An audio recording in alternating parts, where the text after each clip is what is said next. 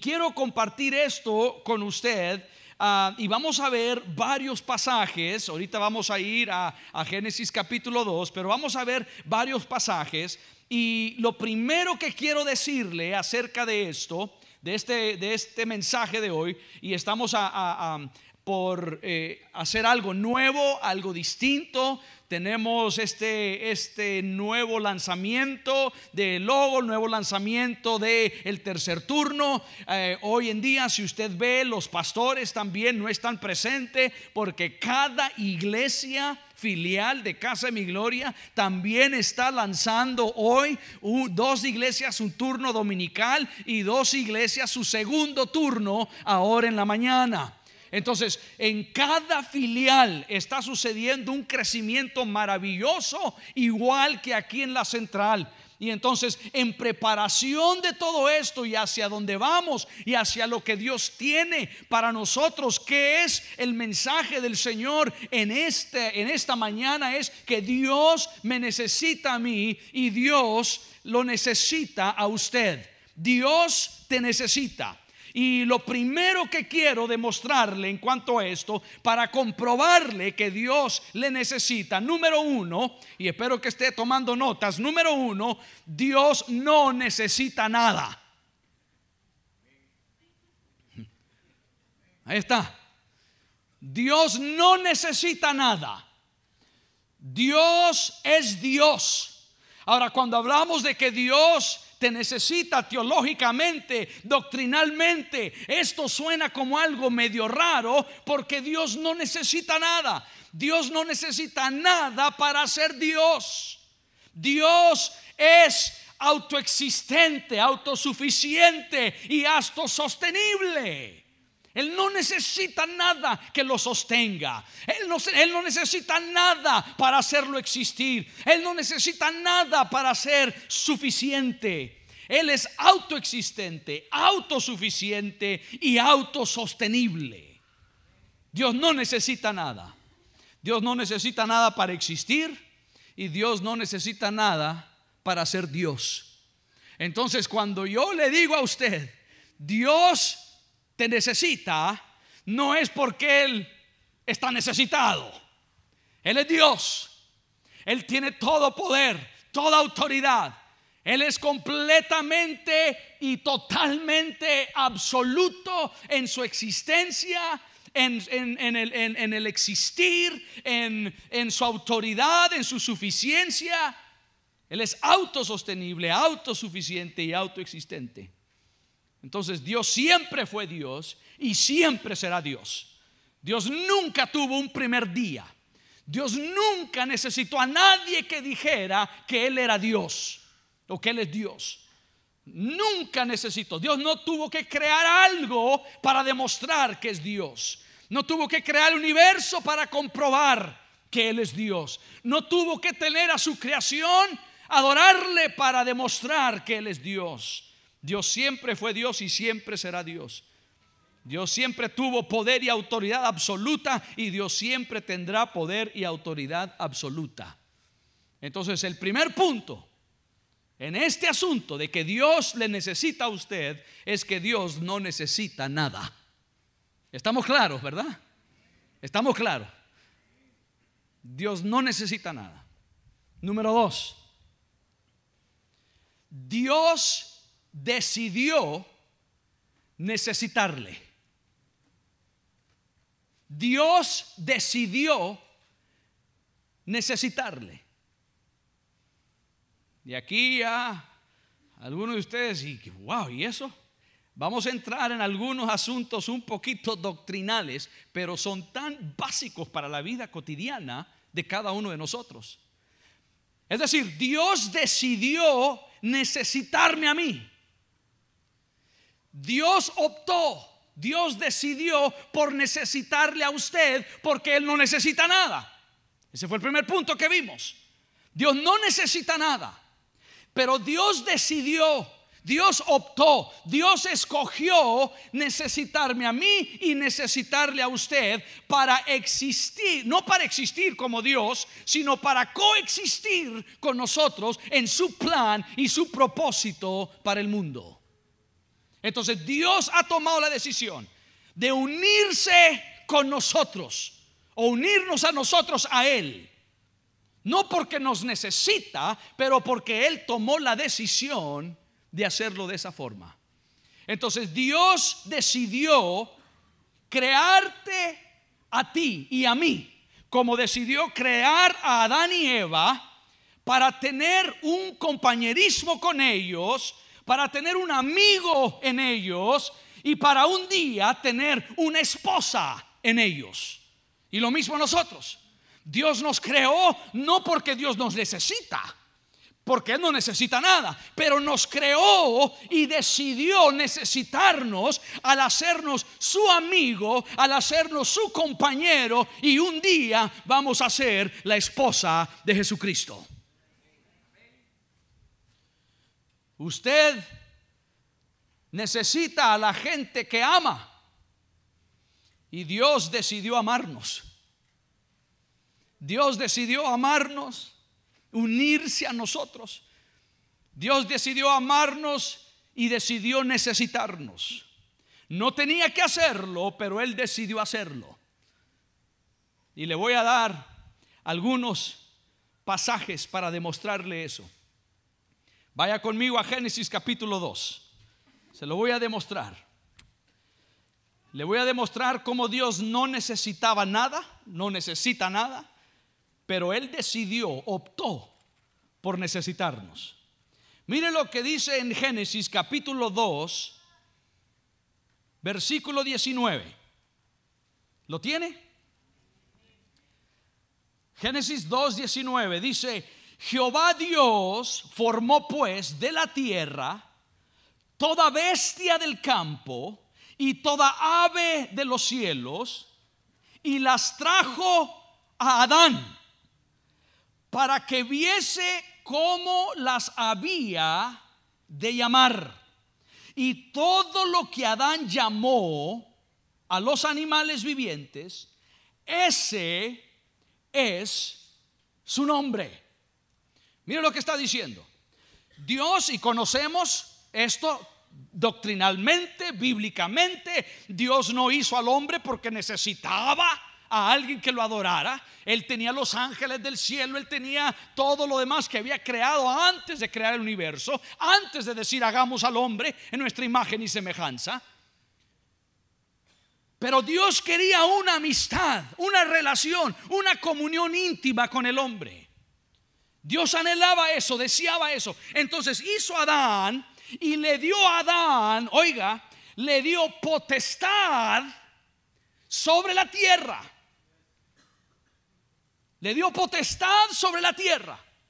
Y entonces parte de la responsabilidad de tener potestad era asumir ese rol de ejercer esa potestad sobre la tierra. Y parte de eso era nombrar los animales. Y es por eso que Dios trajo los animales. ¿Y quién los nombró?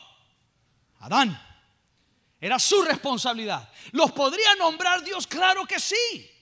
Otra vez, Dios no necesita nada, pero Dios optó que no sería Dios quien los iba a nombrar, que sería Adán quien los iba a nombrar, como parte de su responsabilidad de tener dominio sobre la tierra. Autoridad. Dios le dio la autoridad a Adán. Y escúcheme, toda autoridad tiene responsabilidad. Si a usted se le da autoridad, si a usted se le brinda autoridad en una área, hay una responsabilidad por esa autoridad. Si usted sirve al Señor en esta iglesia, como servidor, como parte del grupo de alabanza, parte de nuestra comunidad infantil, o en cualquier liderazgo, cualquier rol de liderazgo de nuestros círculos de amistad o ministerios, el rol que usted tiene, la función que usted tiene, es una autoridad que esta iglesia le ha brindado a usted, y usted tiene una responsabilidad sobre esa autoridad. Entonces Dios lo podía nombrar los animales, pero Dios decidió, optó que el nombre que le pusiera a Adán, ese sería su nombre. Entonces Dios necesitaba que Adán nombrara los animales. necesitaba que le pusiera nombre a los animales. ¿Por qué? No porque Dios no lo podía hacer, pero porque era lo que Dios le había delegado a Adán, y Adán lo tenía que hacer. No era Dios que lo iba a hacer. Entonces Dios trae los animales y Dios le dice a Adán: obsérvalos, míralos bien y luego nómbrales, ponles nombre, nómbralos. Y entonces él se pone a ver a la jirafa y ve que la jirafa tiene un gran cuello y dice: te llamarás jirafa. No fue Dios quien decidió que se llamara jirafa, fue Adán.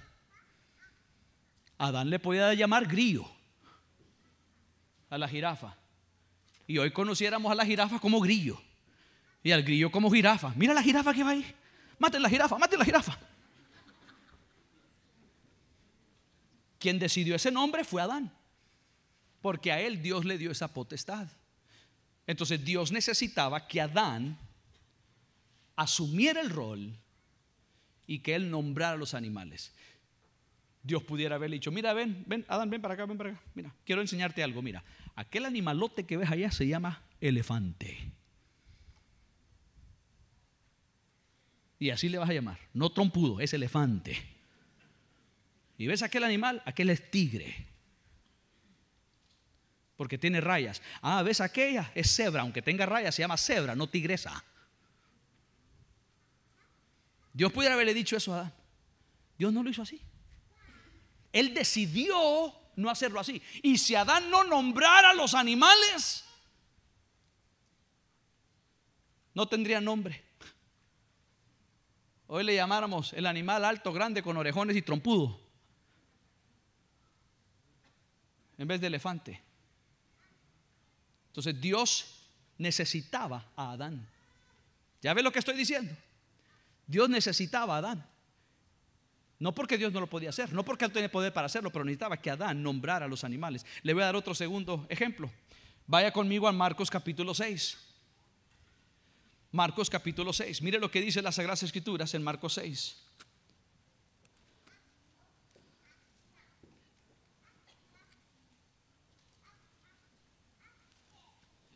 Y observe la forma en que las Sagradas Escrituras describe esto.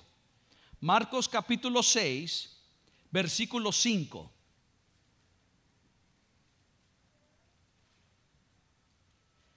Y no pudo hacer ahí, está hablando de Jesús, Jesús, y no pudo hacer ahí ningún milagro, salvo que sanó a unos pocos enfermos, poniendo sobre ellos las manos. Está hablando de Jesús, el creador del universo. Nos dice que por la falta de fe de la gente, dice, no pudo hacer. No dice, por la falta de la fe de la gente, no quiso hacer. Eso es muy diferente. No dice no quiso hacer, dice no pudo hacer. Y si usted se va al lenguaje original y usted lee eso, dice que estaba incapacitado de hacer un milagro. Ahora, ¿eso significa que Dios es débil y que no puede? Claro que Él puede. Claro que Dios puede hacer todo. Otra vez, Dios no necesita nada, pero Dios ha decidido trabajar a través de la fe del ser humano.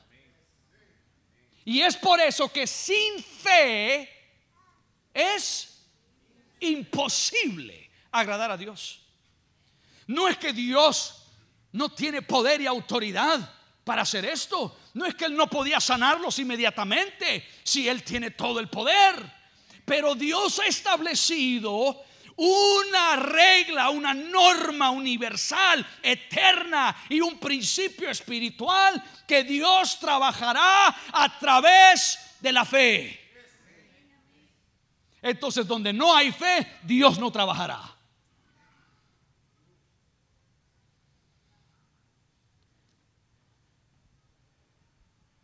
Dios estableció un principio universal, eterno,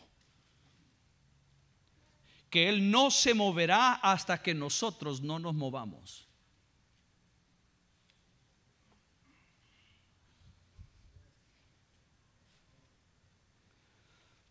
entonces Dios necesita que nosotros nos movamos. ¿Aló? Dios necesita que nosotros nos movamos. Dios necesita que nosotros demos un paso de fe. Dios necesita que nosotros oremos.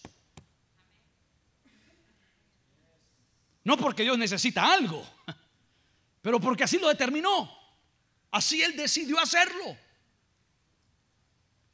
Dios necesita que oremos. Dios necesita que testifiquemos a otros del gran poder de Dios para que la gente perdida se salve. Nicaragua no conocerá a Jesús si nosotros no hablamos. La gente no se va a convertir si nosotros no testificamos. No es porque Dios no tiene poder para hacerlo, pero así lo determinó Dios. Entonces Dios me necesita a mí y Dios le necesita a usted, porque Él no necesita nada, pero Él determinó necesitarnos. Él determinó necesitarnos. No pudo hacer ahí ningún milagro. Ahora le hago una pregunta. ¿Usted cree que el diablo conoce este principio? Sí. Sí. Que Satanás conoce este principio, que Dios no se moverá si usted no provoca eso. Él conoce eso muy bien. Y Dios no depende de usted, porque Él es Dios, pero Él ha decidido esperar hasta que usted se mueva para Él moverse.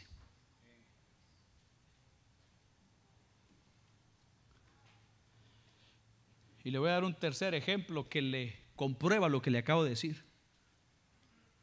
Que el diablo ahí está feliz, encantado. No le importa que usted vaya a la iglesia, no le importa que usted sea dueño de una Biblia, a él no le importa que usted diga que es cristiano, no le importa que usted diga que es evangélico, es que no le importa. Él feliz con que usted no le crea a Dios, porque él sabe que Dios no hará nada en su vida si usted primero no da un paso de fe. Se lo voy a demostrar. Vaya conmigo a 1 de Samuel capítulo 17. 1 de Samuel 17. Y esto es poderoso, hermanos. Espero que usted vea las implicaciones de todo esto. Mire, 1 de Samuel 17. Aquí está. Este es el relato de lo que puso a David en el mapa. 1 Samuel 17 es el relato de David y Goliat. Este no es un cuento de hadas. Esto sucedió. Y mire el versículo 4. 1 Samuel 17, versículo 4. Salió entonces del campamento de los filisteos un paladín llamado Goliat, oriundo de Gat, que medía 6 codos. ¿Cuánto medía? Acuérdese eso. 6 codos y un palmo de altura. Llevaba un casco de bronce en su cabeza y vestía una coraza de malla. La coraza pesaba 5,000 ciclos de bronce. Ahí ya son dos armamentos que lleva. Y en sus piernas tenía canilleras de bronce, 3, una jabalina de bronce, y a la espalda el asta de su lanza era como de un rodillo de telar, de una punta de su lanza pesaba 600 ciclos de hierro. Y delante de él iba su escudero. Si usted cuenta la cantidad de armadura que lleva Goliat, lleva 6 piezas. 6 piezas de armadura.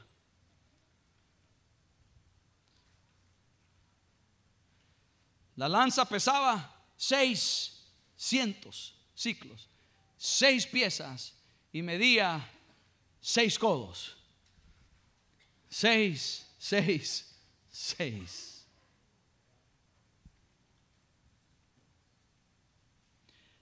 Goliat es un tipo del anticristo.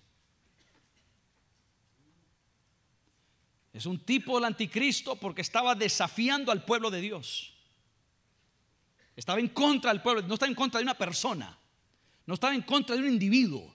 No era Goliat contra David, era Goliat contra el pueblo de Dios. Y mire lo que sucede. Mire el versículo 8.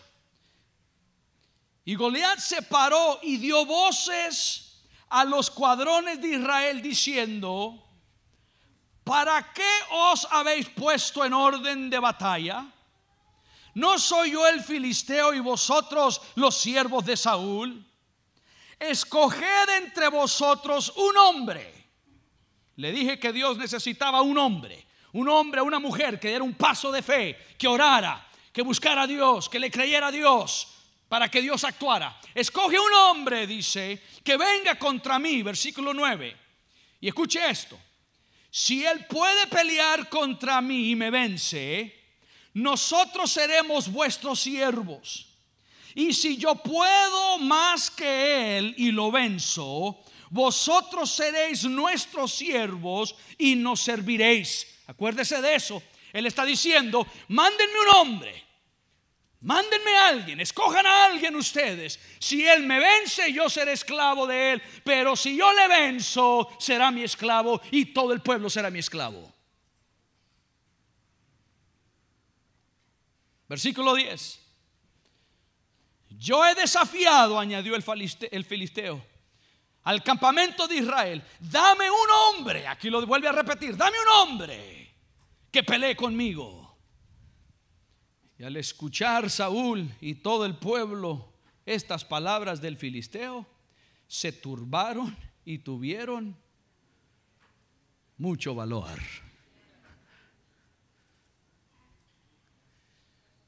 Mire, este es Satanás hablando a través de Goliat.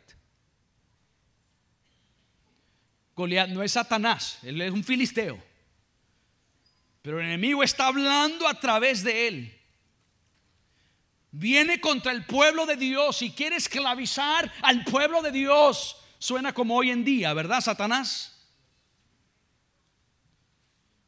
Y no tengo la menor duda que lo que él estaba diciendo: si yo venzo, ustedes serán mis esclavos. Porque él sabe que nadie era suficientemente valiente para dar un paso contra él. Y esto es lo que yo personalmente, esto es lo que yo pienso que el diablo estaba diciendo: aquí le gané a Dios. Aquí le gané a Dios, porque sé cómo Dios trabaja. Dios necesita un hombre o una mujer. Dios necesita un hombre, y aquí no hay un solo hombre que se atreva a luchar contra mí. Me llevaré a toda esta gente en cautiverio, porque no hay un hombre que pelee contra mí. Yo sé que tú, Dios, vas a trabajar, pero lo harás a través de alguien, y como no hay nadie, aquí yo ya gané. Ahora le hago una pregunta. ¿Usted no cree que Dios pudiera haber mandado un rayo del cielo y partirle la cabeza a Goliat? ¿Por qué no lo hizo? Porque necesita un hombre. No es porque Dios no pueda. Dios decidió, Dios optó limitarse y trabajar a través de usted y de mí. ¿Ya está viendo esto más claro? Ya ve que sí, Dios nos necesita. Dios nos necesita no porque Él está necesitado, porque Dios no necesita nada, pero porque Dios decidió necesitarnos. Y el diablo sabe: aquí no hay nadie que se levante contra mí. Aquí los tengo a todos bien peinaditos. Y yo me puse a pensar, pero ¿trabaja Dios sin que la gente se involucre? ¿Puede hacer algo Dios? ¿Trabaja Dios sin que la gente se involucre? Puse a pensar, habrá ejemplos en la Biblia, y lo primero que pensé es cuando el ángel del Señor vino y mató a 180,000 sirios allá en Segunda de Reyes 19. El ángel del Señor vino y a 180,000 asirios los mató. Pero usted se va al inicio de ese relato y Dios le dice a Ezequías: la razón que voy a hacer esto es porque tú, Ezequías, oraste. Y tú oraste, clamaste a mí, yo te escuché, y por eso voy a enviar mi ángel a matar a toda esa gente. Entonces no es que Dios lo mandó solo porque nadie hizo nada. Ezequías oró. La oración del justo es poderosa.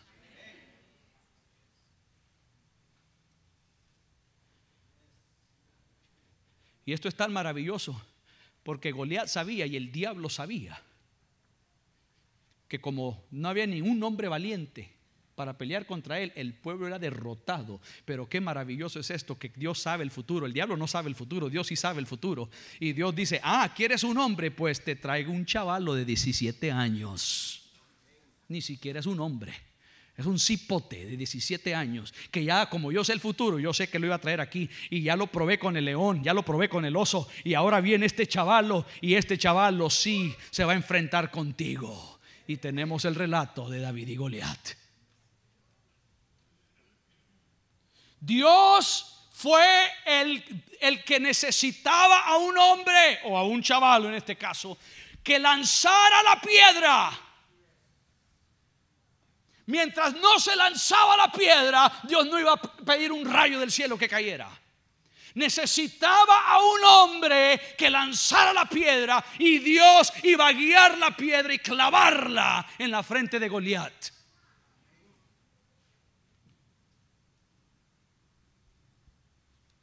Pero necesita un hombre.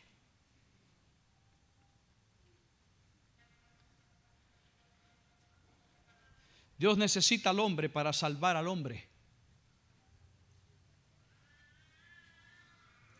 Dios necesita al hombre para salvar al hombre. La razón que la iglesia cristiana moderna alrededor del mundo hoy en día está dormida es porque dicen: bueno, si Dios va a salvar a alguien, Dios lo va a hacer, no me necesita a mí. Claro que te necesita a ti, o necesita a alguien más y no tú. Pastor, ¿y dónde está eso en la Biblia? Vaya conmigo a Romanos 10. Se lo voy a comprobar. Por eso quiero que usted traiga su Biblia. Mire lo que dice Romanos capítulo 10.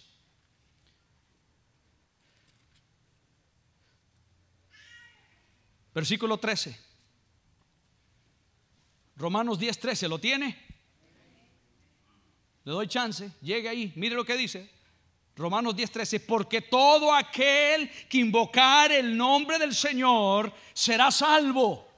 Y luego pregunta: ¿cómo pues invocarán a aquel en el cual no han creído? ¿Y cómo creerán en aquel de quien no han oído? ¿Y cómo oirán sin haber un hombre que les predique? Necesito un hombre, dice Dios. Necesito un hombre, necesito una mujer. No porque Dios está necesitado, Él lo puede hacer, pero ha determinado necesitarnos a nosotros. Necesitaba que Adán nombrara a los animales, porque si Adán no lo hacía, Dios no lo iba a hacer. Necesita un hombre, una mujer que cuente y comparta su fe, porque si no lo hace el hombre o la mujer, Dios no lo va a hacer. No porque Él no pueda, pero porque así lo determinó. Entonces Dios sí le necesita a usted. Dios sí me necesita a mí, porque Él ha determinado necesitarme.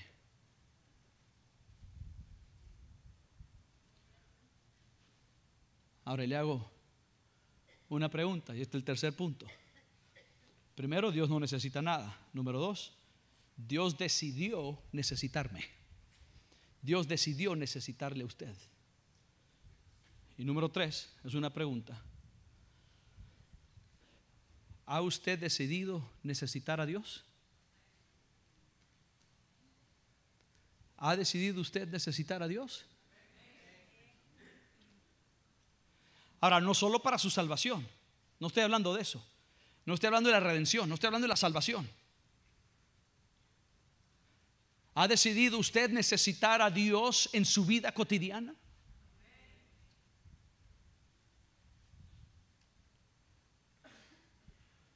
Muchas veces en la mañana nos levantamos y no nos acordamos que necesitamos a Dios, y empezamos con nuestro día con el afán y la preocupación y los quehaceres, y corremos hasta que no nos estrellamos con algo y nos damos cuenta que necesitamos a Dios.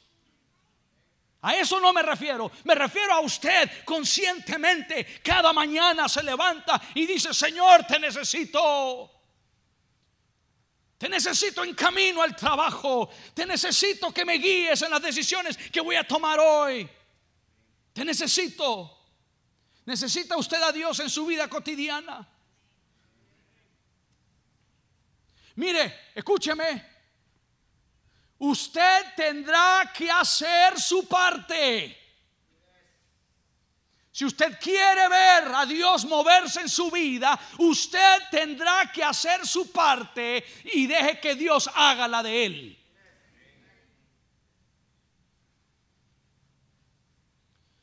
Dios nunca hará su parte, la suya. Dios nunca hará su parte. Otra vez, David tuvo que lanzar la piedra. Dios no lanzó la piedra.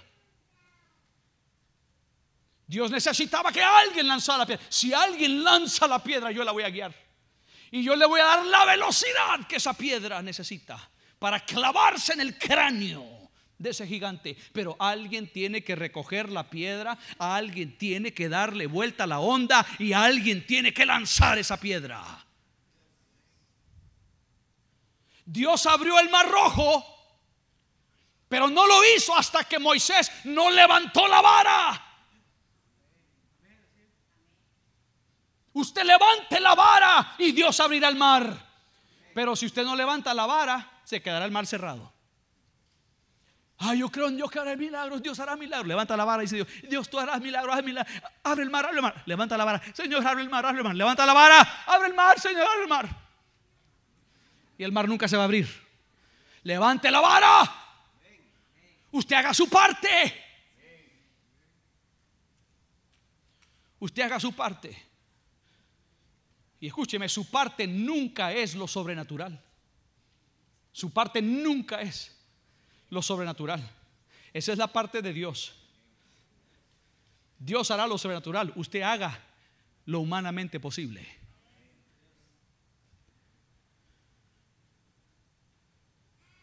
Dios no hará lo que usted puede hacer. Dios no hará lo que usted puede hacer. Si usted no se levanta todos los días a ir a buscar ese trabajo, Dios no le dará trabajo.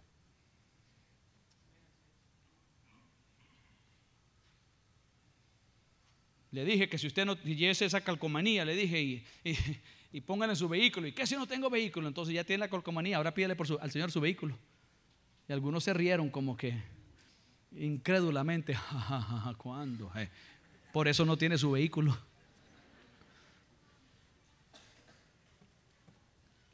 Mire, aquí hay un caballero con su esposa. Aquí están sentados un caballero con su esposa, que me estaba contando años atrás. Ellos apenas estaban empezando su vida como pareja y consiguieron 2 calcomanías vehiculares, y ellos no tenían vehículo. Y dijeron: estas 2 calcomanías vehiculares, en el nombre del Señor, serán puestas en nuestro vehículo. Y empezaron a orar por el vehículo. Ya tenían el paso de fe con esas calcomanías. Y Dios les acaba de bendecir. Mire qué barbaridad. Ya los había bendecido con vehículos, y ahora les acaba de dar uno que, si usted literalmente asusta, fíjese la tecnología. Usted lleva la llave en mano y usted solo se acerca al carro y se enciende solo.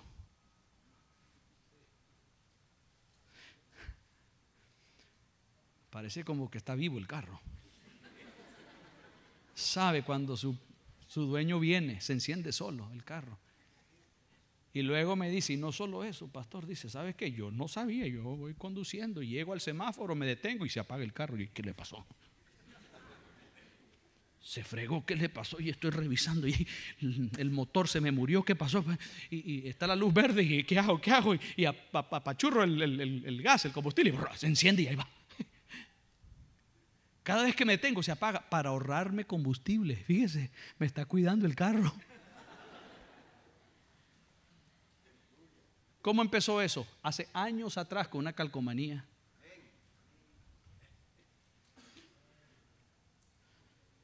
Hay gente que está esperando que Dios abra el mar, que Dios mate al gigante, pero ellos no mueven ni un pelo. Porque alguien les engañó que Dios, todo depende de Dios y que Dios no te necesita. Claro, es cierto, pero Dios ha decidido hacer las cosas a través de usted, a través de mí. Cada vez.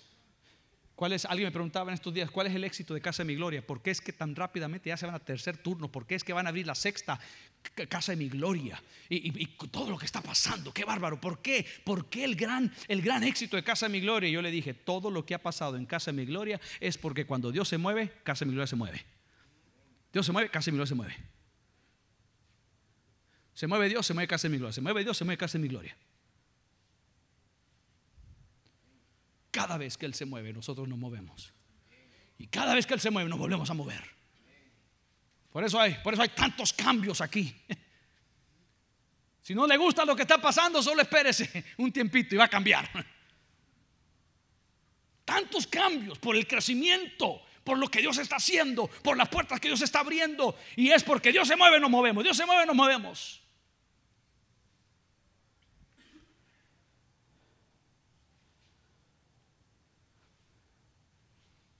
Dios necesita un hombre.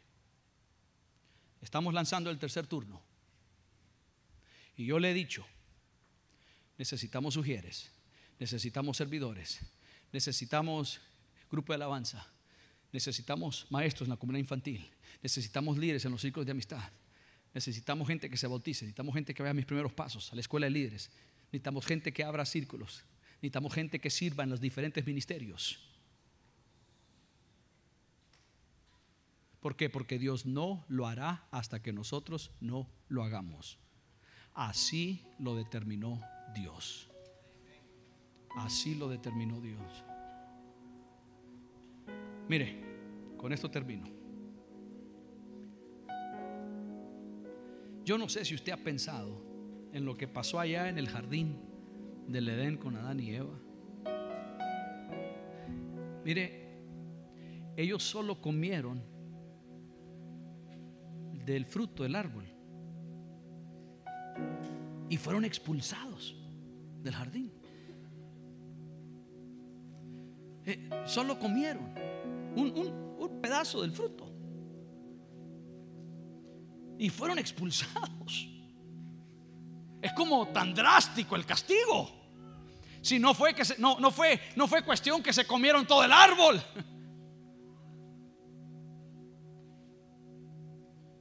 Una sola mordida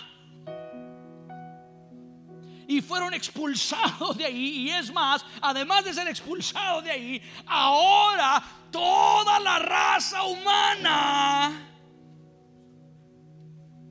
todo hombre, toda mujer que ha existido y que jamás existirá, también lleva la culpa de esa mordida. Suena medio drástico eso, ¿ah? Ahora ninguno de ustedes dice eso ahorita porque estamos en la casa del Señor, pero cuando usted ya se vaya a casa, va en vehículo, sí, es drástico, qué bárbaro, ¿ah? Una mordidita y los echó fuera. Ni siquiera una segunda oportunidad.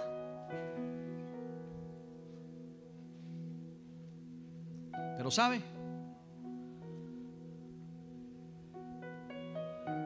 Una persona pecó.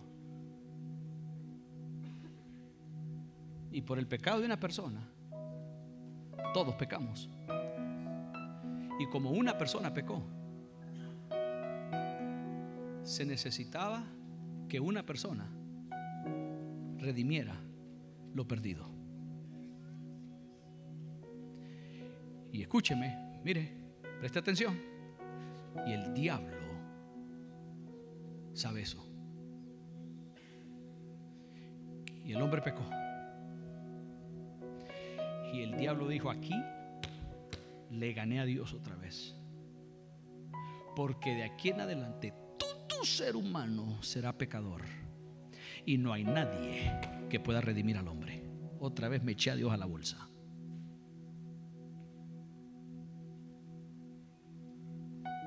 Y Dios dijo: necesitas un hombre, a un hombre puro y sin pecado. Pues voy a dar a mi hijo, dijo Dios. Y dijo el diablo: tiene que ser un humano, tiene que ser un hombre. Y dijo Dios: entonces lo haré hombre.